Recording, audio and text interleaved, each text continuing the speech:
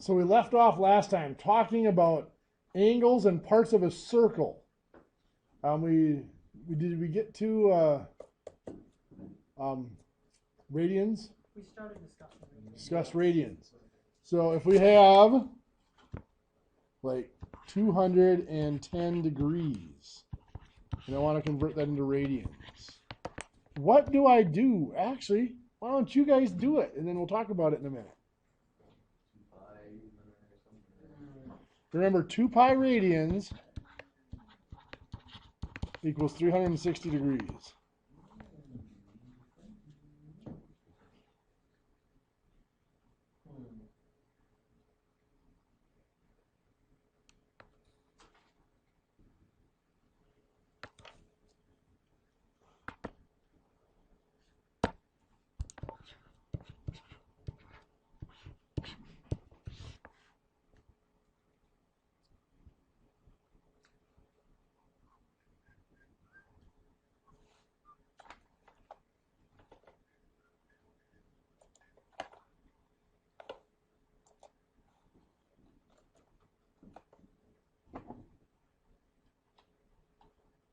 Which one goes on bottom in my conversion factor?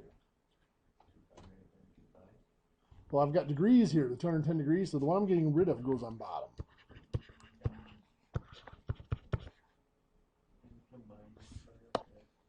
Well, the degrees cancel, right? Both of them divide by 30, right?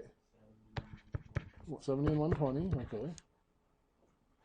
70 times 2 is 140 pi over 120. Now both of those can still divide by 20. Wait, this should be, what did I do wrong here? This should have been 7 and 12, shouldn't it? So this should have been 14 and 12. Now they both divide by 2. So it's 7 pi over 6 radians. Does that make sense? So how about pi over 8 radians? Convert it to degrees for me.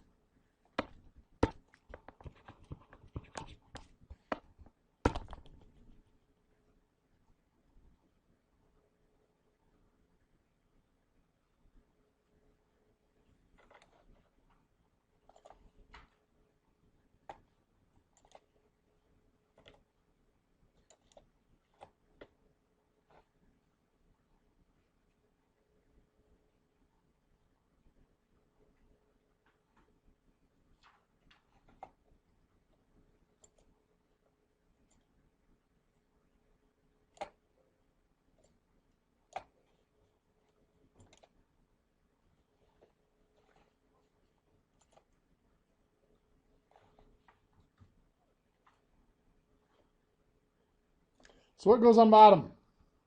The radians. We're getting rid of the radians. The 2 pi radians. 360 degrees goes on top. And the radians cancel. And the pi cancels. So I got 360 degrees over 6 times 2 is 16. That's 22.5 degrees.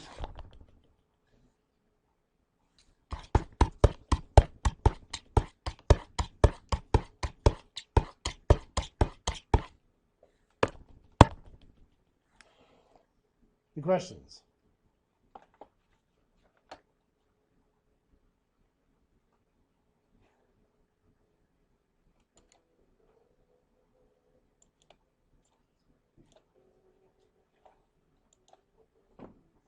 Okay, well then let's move on to the next step. We've talked about the different parts of a circle. You know, the sine, the tangent, the secant, and all that stuff. So we want to look at some, and chords and all that. We want to look at some rules that apply to this stuff today. If I have a circle, let's say I have a chord here, and I tell you that this chord is 10 inches long. And I tell you that the arc cut off by that chord is a 55-degree arc.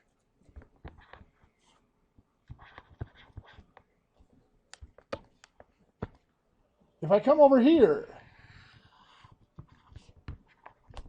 and I have a 10-inch chord, how big does this arc have to be? 55 degrees. Good. The question comes out, why? Well,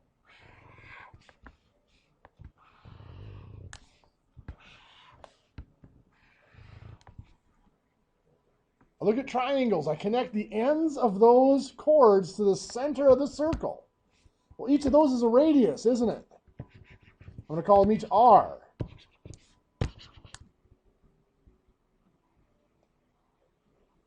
They form isosceles triangles. Well, obviously the radii are all equal to each other. And since the 10's equal to 10, those two triangles have to be congruent or equal, which means this angle and this angle have to be the same. And if the central angle, remember the central angle defines the arc. If this is a 55-degree arc, this has to be a 55-degree angle, which means this angle has to be the same as that is 55 degrees, which means this arc has to be a 55-degree arc. So within a circle, if two chords are the same length, they cut off equal arcs. If we have two circles with the same radius even, if two chords are the same length, they cut off equal arcs.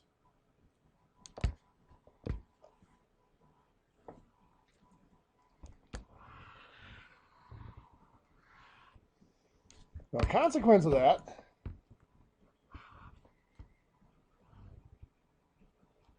let's say I go over here, and I tell you that this radius is 1/2 of R. I construct a chord here that's 5 inches long. How many degrees does this have to be?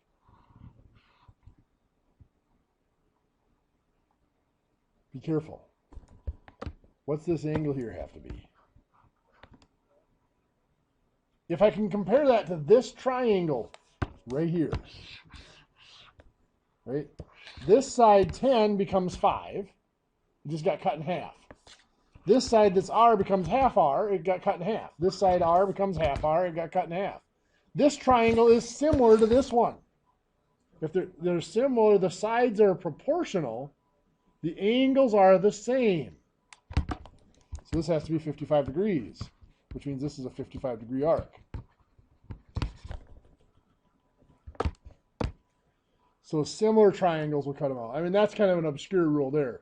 I would expect you to remember this one. This one, maybe not so much.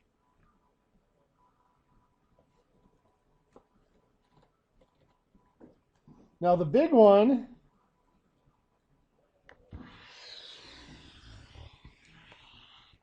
is, of course, the central angles. If I tell you that I have a 28-degree central angle here, and then it cuts off an arc out here that is 2.7 inches long. If I come over here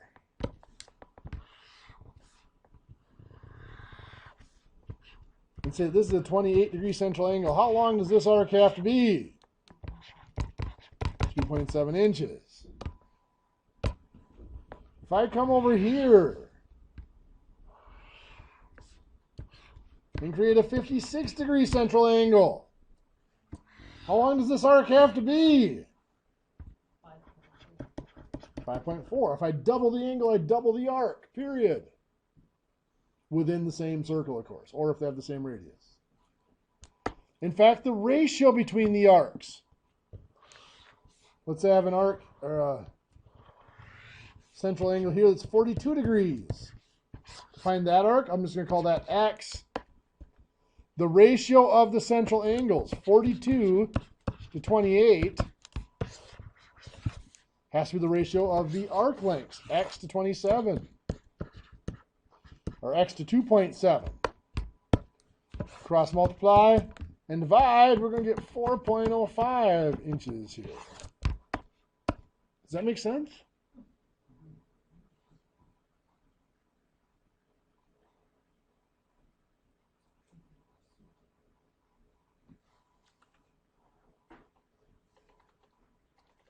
Now, if you recall, before spring break, we talked about these isosceles triangles, right? Isosceles meant two sides were the same, the third side was different. That meant that these two angles had to be the same and the third angle was different, right? Because longest angle, opposite biggest side, all that good stuff. If I created an altitude, now remember an altitude goes from a vertex to the opposite side and it hits the opposite side at a right angle, correct? What did it do to this opposite side down here? What can I say about those two pieces? They're the same. It is a median. It cuts the opposite side in half. What can I say about these angles here and here? They're the same. It's an angle bisector. Cuts the angle in half.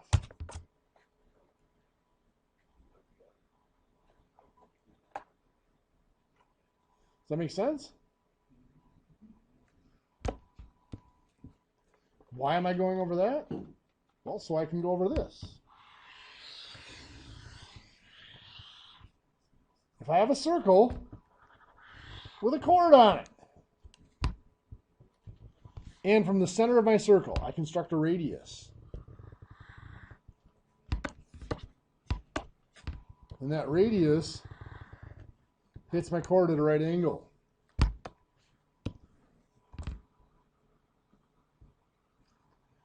What's happening here, if I connect the center to that end of the chord and the center to that end of the chord, what is this really about? Well, this is equal to that, isn't it? So what type of a triangle did I just form here? Isosceles. So if this hits here at a right angle, what do I know about those two lengths? They're the same. It cuts the chord in half. What do I know about this angle and this angle? They're the same. It cuts that angle in half as well. And if any one of those three things is true, the other two must be. If I start out with the chord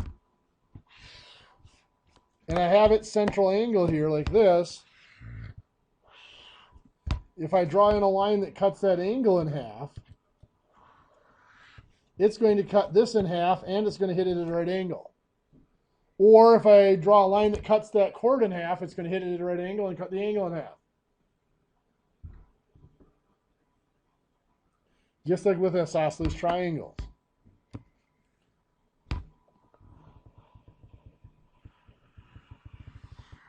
What's this line here that we call, what do we call this line that touches the circle but does not go into it? Tangent.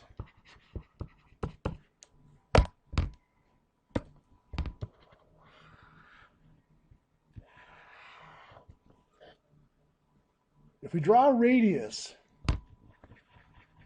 to the point of tangency, so the point on the outer edge of the circle that line touches, that tangent line only touches the circle at one point.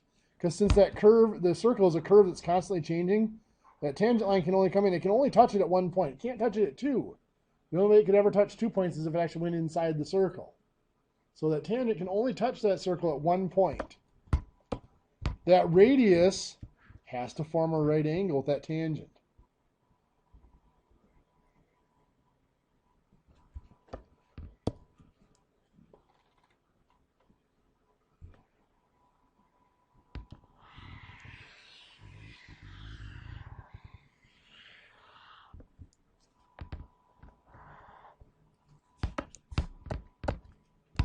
It's always fun to try to draw,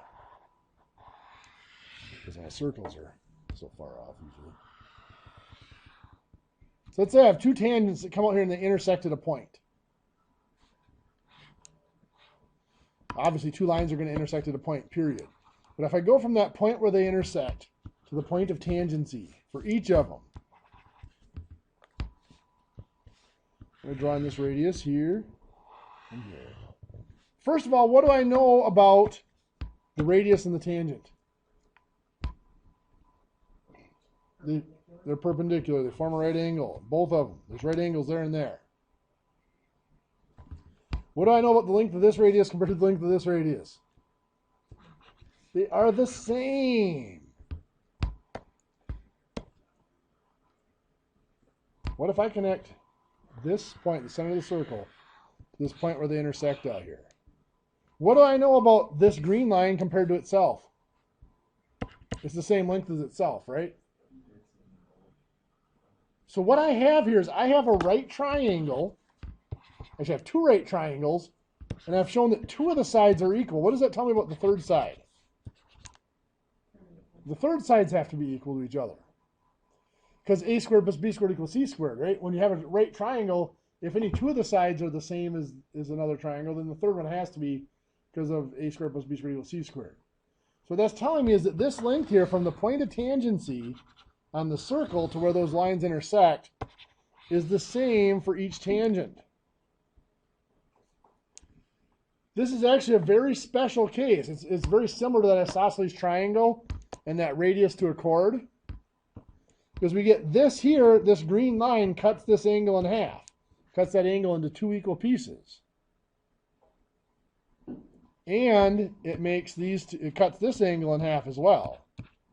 And those two are going to be the same. So there are a lot of things we can do with that, especially since there's right angles there too. A lot of things we can do with that.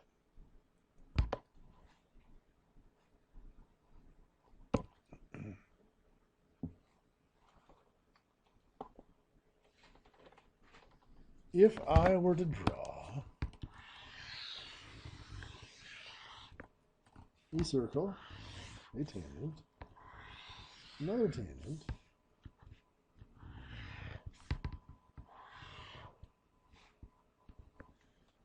and tell you that the radius of this circle is 8 inches, and the distance from the center to the point of intersection of those tangents is 17 inches. How long is this piece? And how long is that piece?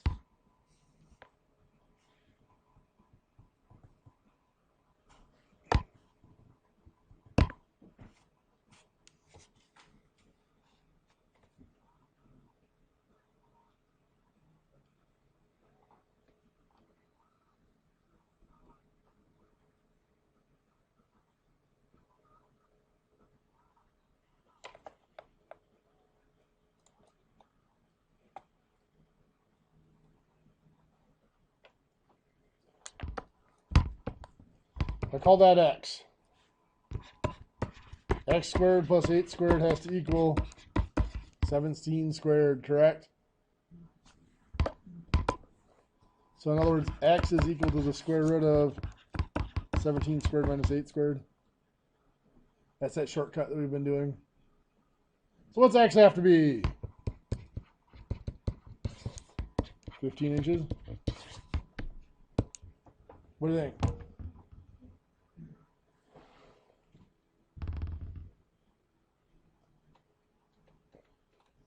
Now this next one is one that we actually saw last semester. We talked about it. I want to see if you remember.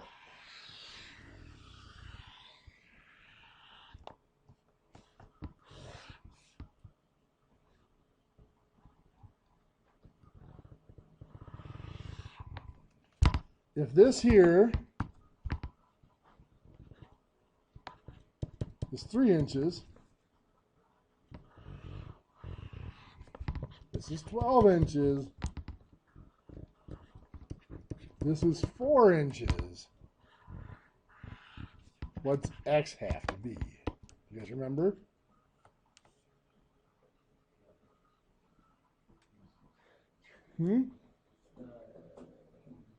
No? Now remember, when two chords, these are each chords. No, this one may be a diameter. I don't know if it goes through the center or not. It doesn't matter. It's still a chord. A diameter is still a chord. Two chords intersect inside a circle. It cuts them into pieces in a very special way. The pieces of the chord, each chord, multiply to make the same product. So the 12 is in the same chord as what other piece? The 3. So 12 times 3 has to equal 4 times x. 12 and 3 are the pieces of this chord, right? 4 and x are the pieces of those chords. They must multiply to make the same thing. What's that? Okay. So the 12 times 3 is 36. Divide by 4, x is 9.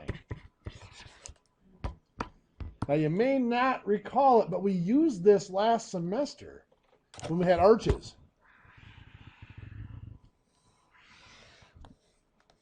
Let's say you've got a 36-inch arch that is 4 inches tall.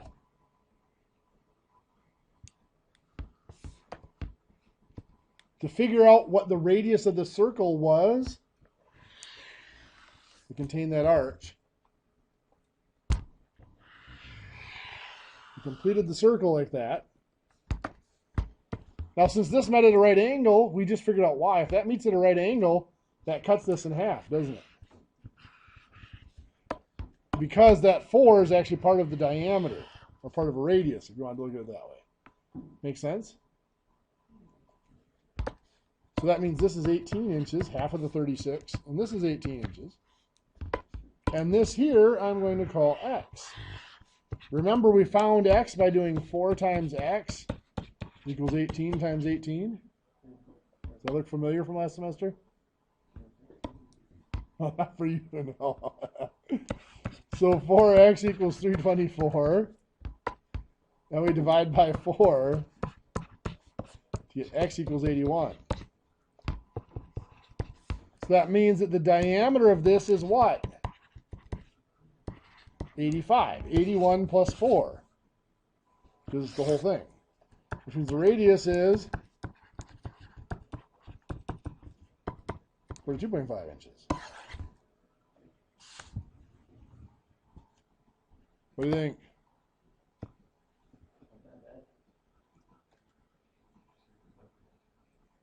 Yeah. A lot of stuff to remember. A lot of little rules.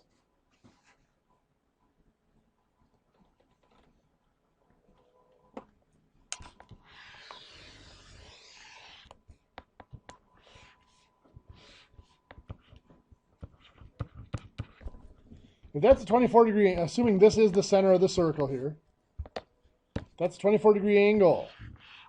What do we say about that arc? 24-degree arc. Very good.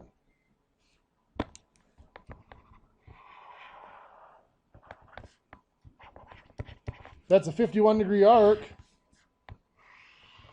What do we say about that angle? 51-degree angle. Central angle is equal to the arc that it cuts, the degrees at least of the arc that it cuts. You know, that arc can be measured in either degrees or it can be measured by actual inches or feet or whatever units of length.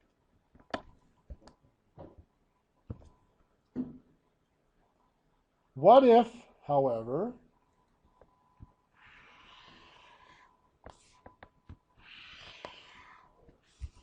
let's look at that again.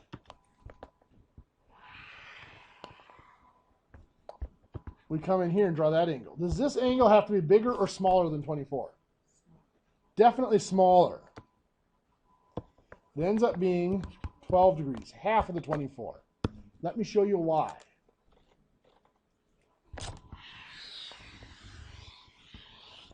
Okay, let me try to draw a circle. We'll draw one that doesn't look like it has a huge tumor.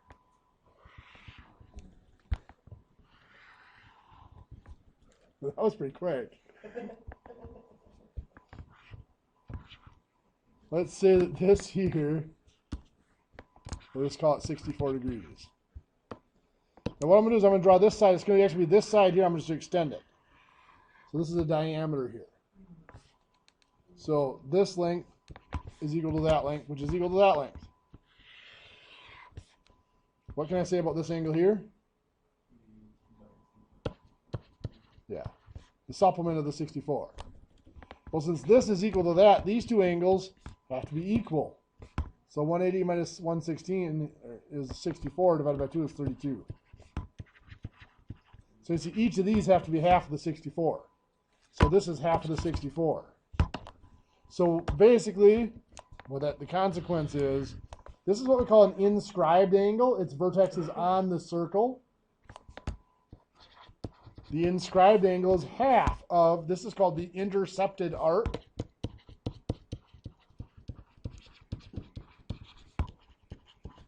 The central angle, of course, is equal to the intercepted arc. So what we're going to be looking at now for a little while is the relationships between these angles and these intercepted arcs.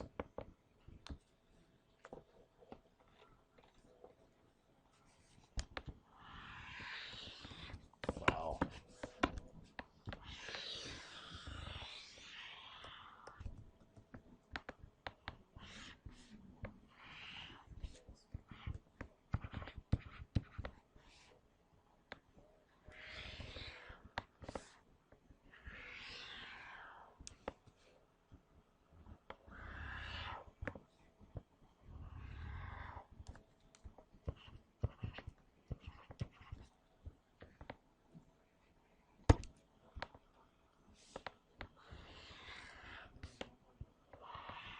What's that? Hey, knock it off.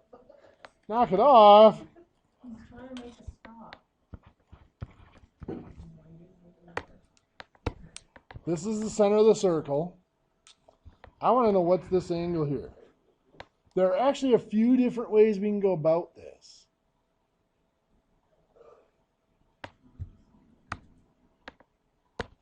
Well, I know that this arc here is how big? 58. Very good.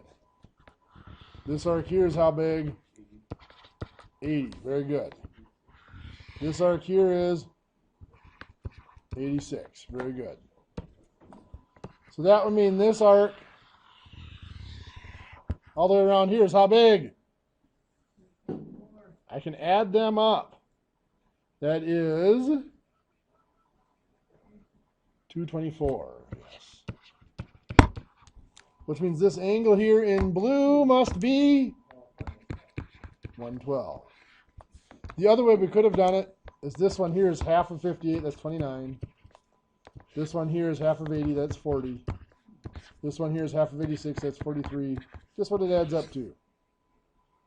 112. So there's a few different ways you can get around through that.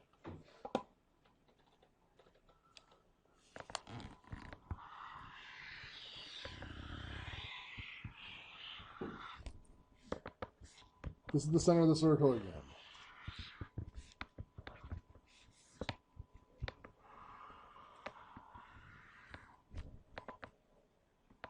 Pretend these arcs are equal. They should be, right? If I tell you that this here is a 50-degree arc, what does that tell me about this arc over here? 50 degrees. The reason why, of course, this angle here has to be 50 degrees. And since these are vertical angles, this angle has to be 50. So this arc has to be the same. But if I take this point here,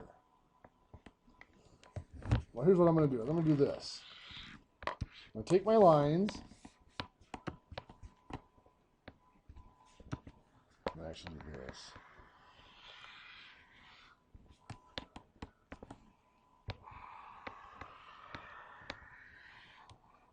I'm going to take those two lines.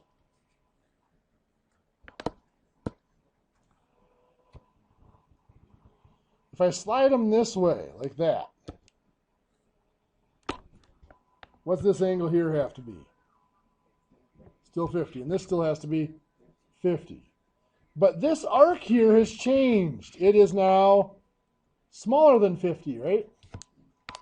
This one is now bigger than 50.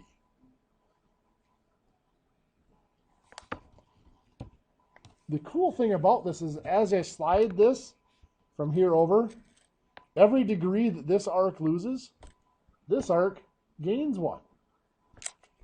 So if this arc here in purple is now, let's say it's 28 degrees. This one over here has to be 72. Good. Because the two of them still have to be 50 plus 50 or 100 degrees. Now, for the most part, we're not necessarily going to apply it in that direction. We're going to apply it in the other direction.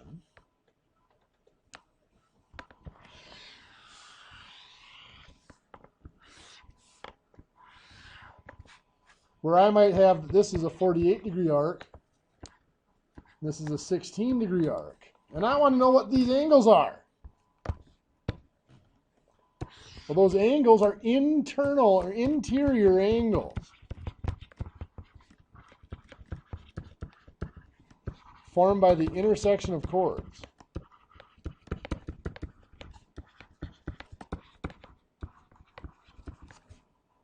Those angles, again, these two angles have to be the same, and those two angles have to add up to the same thing as these two chords do. So to find one angle, we just add up the chords, 48 plus 16, and we divide it by 2. 48 plus 16 is 64, divided by 2 is 32 degrees. That's a 32 degree angle. Now when you do the 48 plus 16, by the way, make sure you hit equals before you divide by 2. Otherwise, we'll try to tell you 56, which is not correct. What do you think? Better than a sharp stick in the eye? Well then.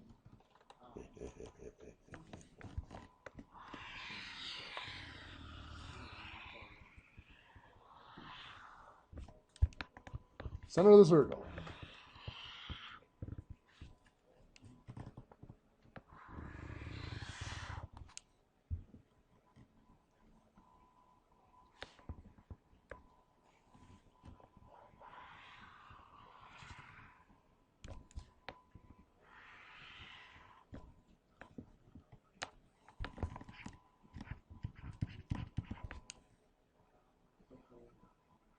What's that?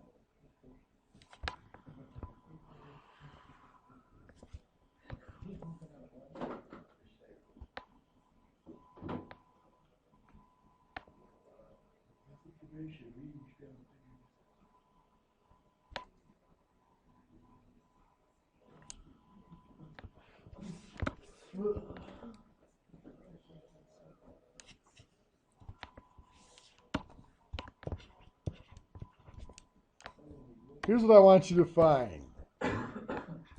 Those two angles. So, what do we know here? Well, this is a 41 degree angle. What's that tell us?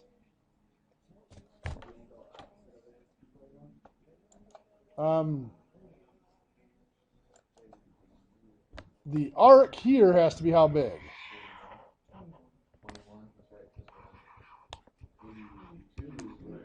The inscribed angle is half of the intercepted arc. So that makes this angle here how big? 82. Which makes this angle here how big? 82. Which makes this angle here how big? 22. Which makes this arc here how big? 22.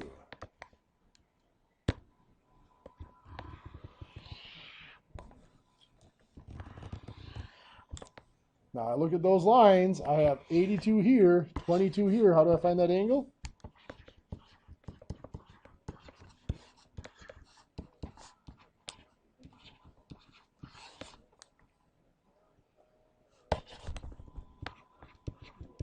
What do you get? 52. Very good. You add the two arcs. 82 plus 22 is 104. Divided by 2 is 52. Very good.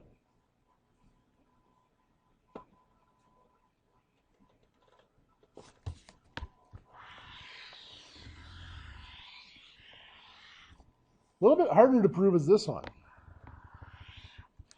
So I've got a tangent here. Oops.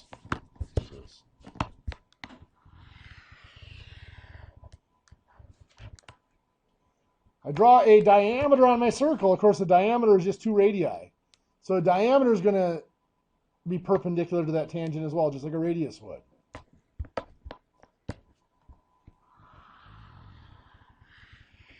What are the degrees of that green arc?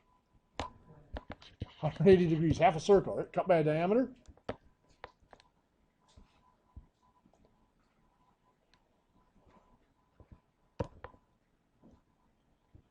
So let's say I do this. I put that in there. This angle here is 39 degrees. What's that tell me about this arc here? Not 39. 78. What's that tell me about this arc here?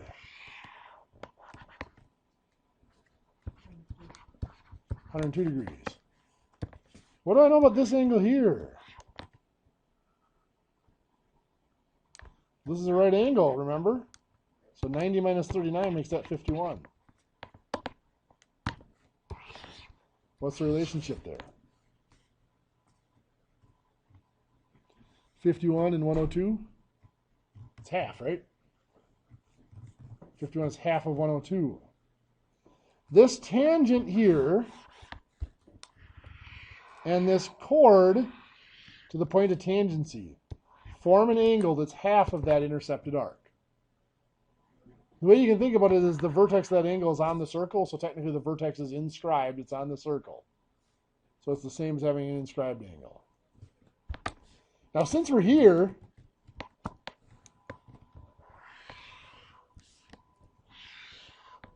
what's that angle there have to be? I just kind of gave it away. 90 degrees, right? That's the diameter. So this is 180 over here that we said, right? 180. Half 180 is 90. So anytime there's an angle like that, that the end points of the angle are at the end points of a diameter, the angle itself is going to be a right angle.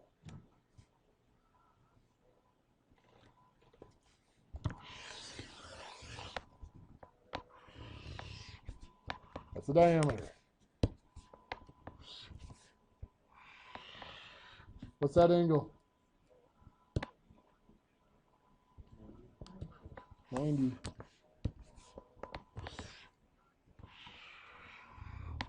What's that angle? 90. What's that angle? 90. Okay. I know, overkill.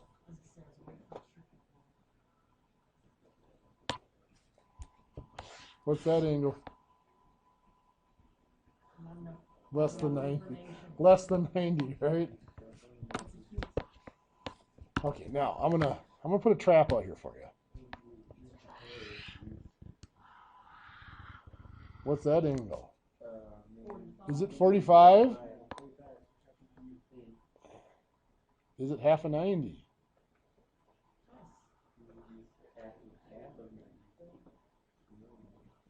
It's not.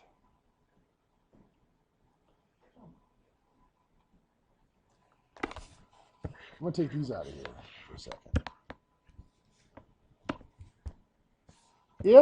I'm going to take that out of here too. If this were straight up here, right? That would 90 degrees. These are equal. That would make this 45. And this 45, right?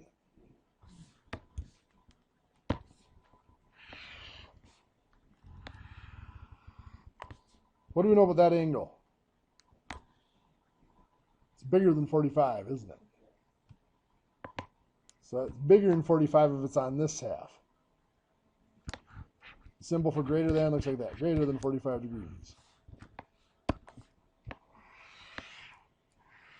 It's on this side, it's less than 45 degrees. So the only way it's exactly half of the 90 is if it's straight up here at a right angle. That's kind of a fun little trap. By fun, I mean fun for me. I would never do that to you on a test or a quiz, unless you really piss me off. Why does everybody look at Jake when you say that?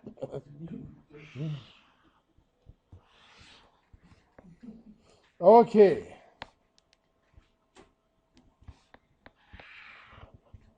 Again, I'm going to look at this as being a diameter here. If this arc is 68 degrees, what's this angle here? 34 degrees, right?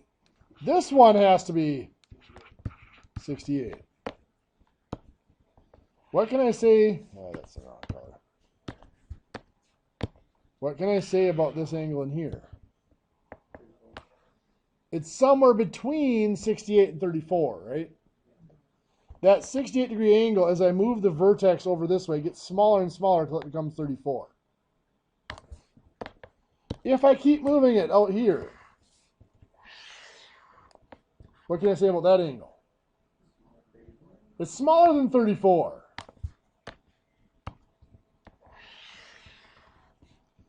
If I keep going, what happens to this angle? Smaller yet, yes. How do I know how much smaller than 34 it is? Well, there was this arc. When I made it smaller yet, what happened to that arc? It got bigger. So the size of this arc tells us how much smaller that angle gets. Let's say the purple arc here is 16 degrees. And then I'm going to make a maroon arc here, and I'm going to call that one 22 degrees. So this angle here from the purple arc is going to be my 68 degrees minus 16 divided by 2.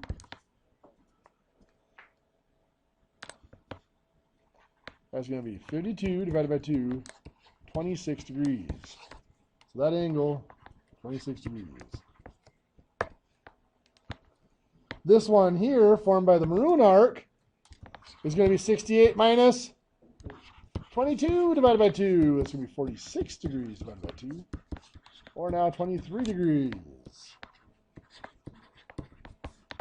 What do you think?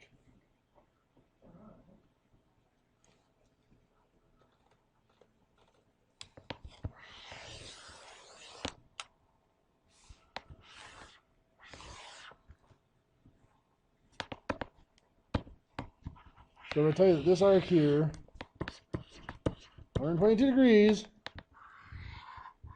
This arc here, 38 degrees. Find that angle.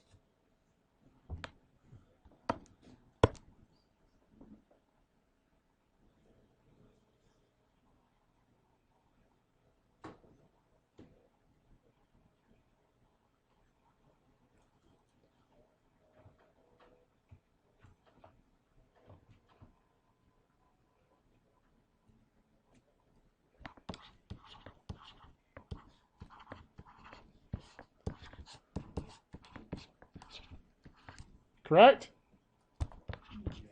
32 degrees. Let's test your algebra skills.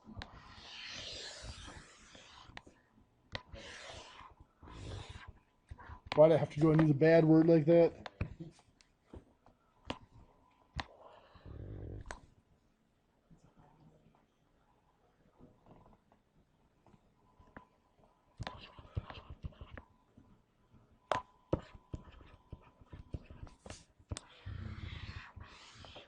Find that arc.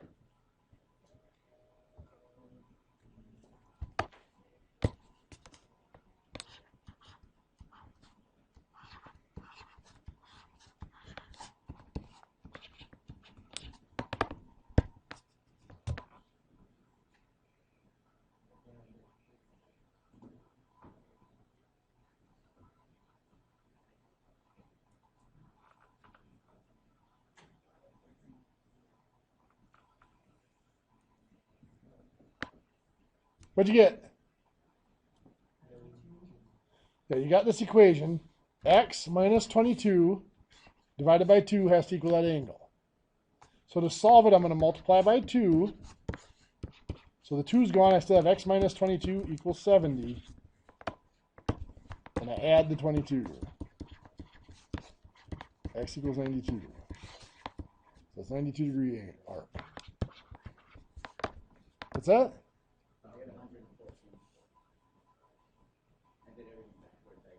Oh, you added, then you multiplied. That would do it.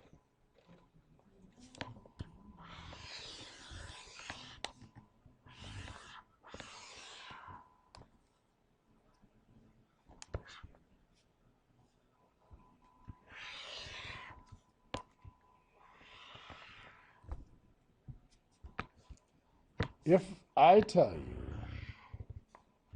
this is a 32-degree arc,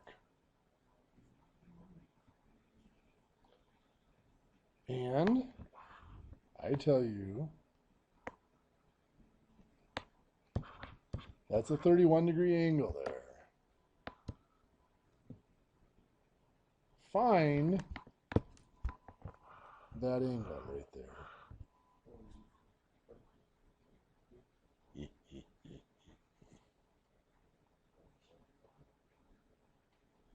Somebody's got to enjoy themselves in here. I'll give you a hint. You can find that arc. Find that first. We'll call that X.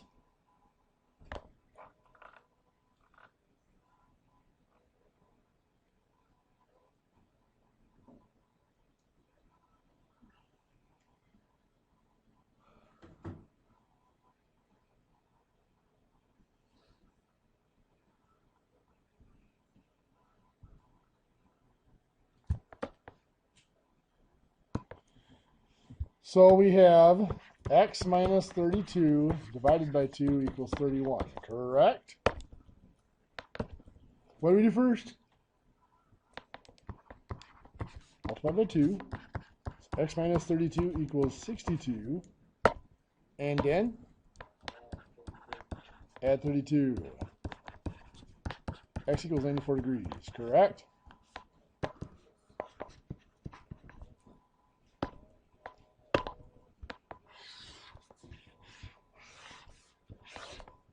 Looking at that, we have highlighted, what can we find?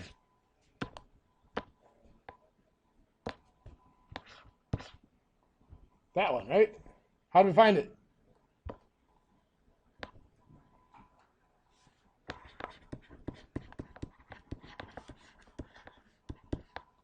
This time we add the arcs and divide by 2.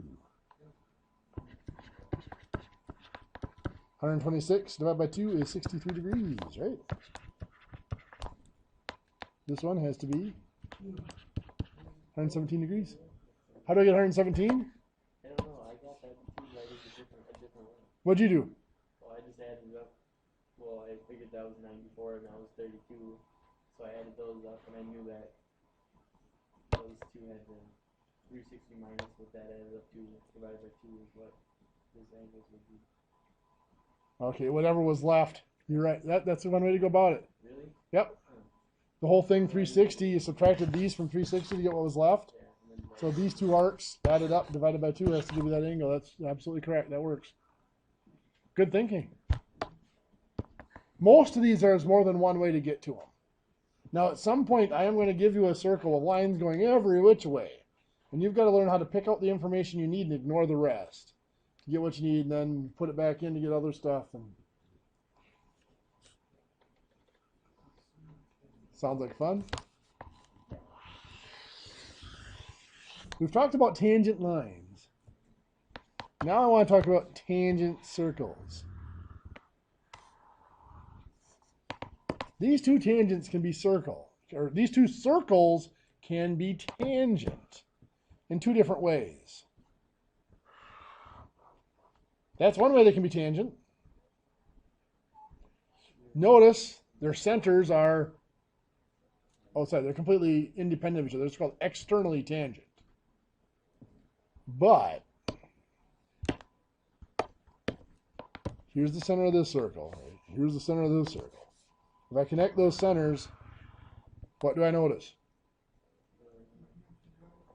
It goes to the point where they're tangent. They can also be tangent in another way. They can be tangent like that. The smaller circle is now contained inside of the larger circle. This is called internally tangent. If I connect their centers, that's the center of that one, and I extend it, what do I notice happens? It goes through the point of tangency. So when two circles are tangent, whether internally or externally, the term is called collinear. Their centers are collinear with the point of tangency.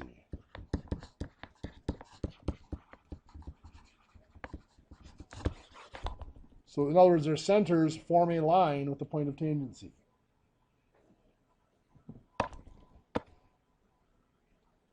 So all 3 points line up, is what it's saying. Well, I think it's time for you guys to play with this for a while. This is a big book, of course. Page 542 to 544. Exercise 25-7. Page 546 through 548. Exercise 25-10. I actually gave this as part of the assignment on Tuesday, but we hadn't really covered most of it yet at that point. Page 550 through 552. Exercise 25-13. And page 557 through 560. Exercise 25-17.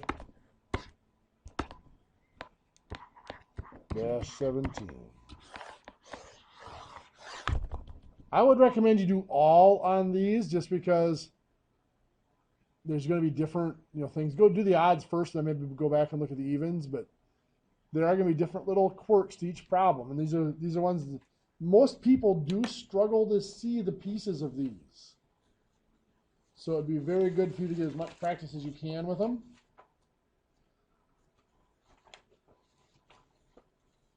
Because you never know when a quiz might pop up. Like Tuesday.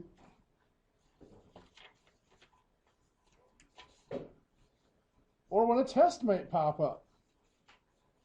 Like Thursday.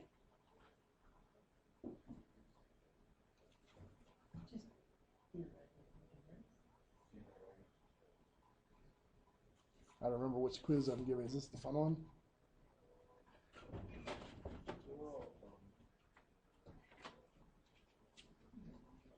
I took it easy on you guys. You know what? I am going to give you guys something to play with here.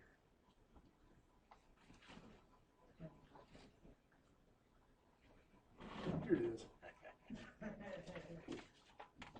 Your brain is going to feel like playing all that. That's most likely.